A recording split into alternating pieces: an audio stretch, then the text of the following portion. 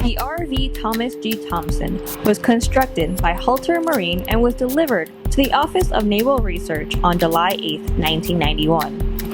It is operated under a charter party agreement by the School of Oceanography at the University of Washington as part of the University National Ocean Laboratories Systems Fleet.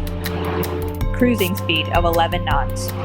The ship offers a complement for 21 officers and crews, 2 marine technicians, and up to 36 scientists.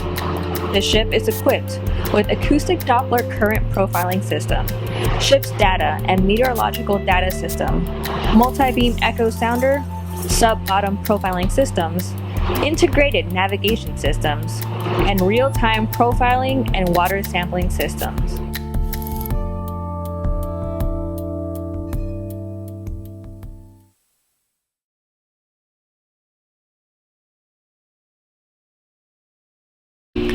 Welcome back. In this episode, I will briefly talk about the segmentation of the Juan de Fuca Plate.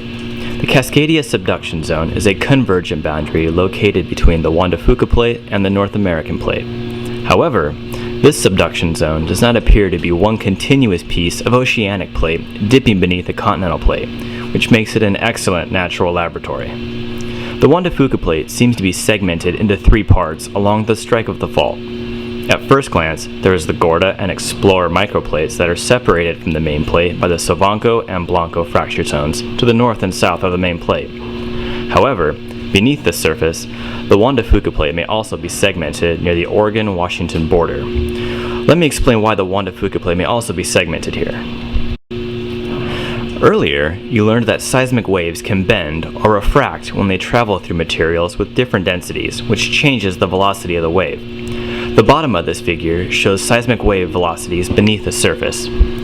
Red areas represent regions with slower wave speeds, and the blue areas represent regions with faster wave speeds. The middle of this graph is a cross-section showing the elevation of the coast between the Gorda Plate in the south and the northern part of the Juan de Fuca Plate. The histogram at the top of the figure represents how often episodic tremor and slip occurs along this cross-section. The vertical dotted lines are there to separate the 3 segments.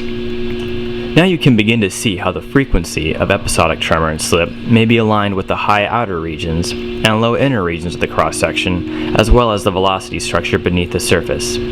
That's all for now, and stay tuned for more news from the cruise.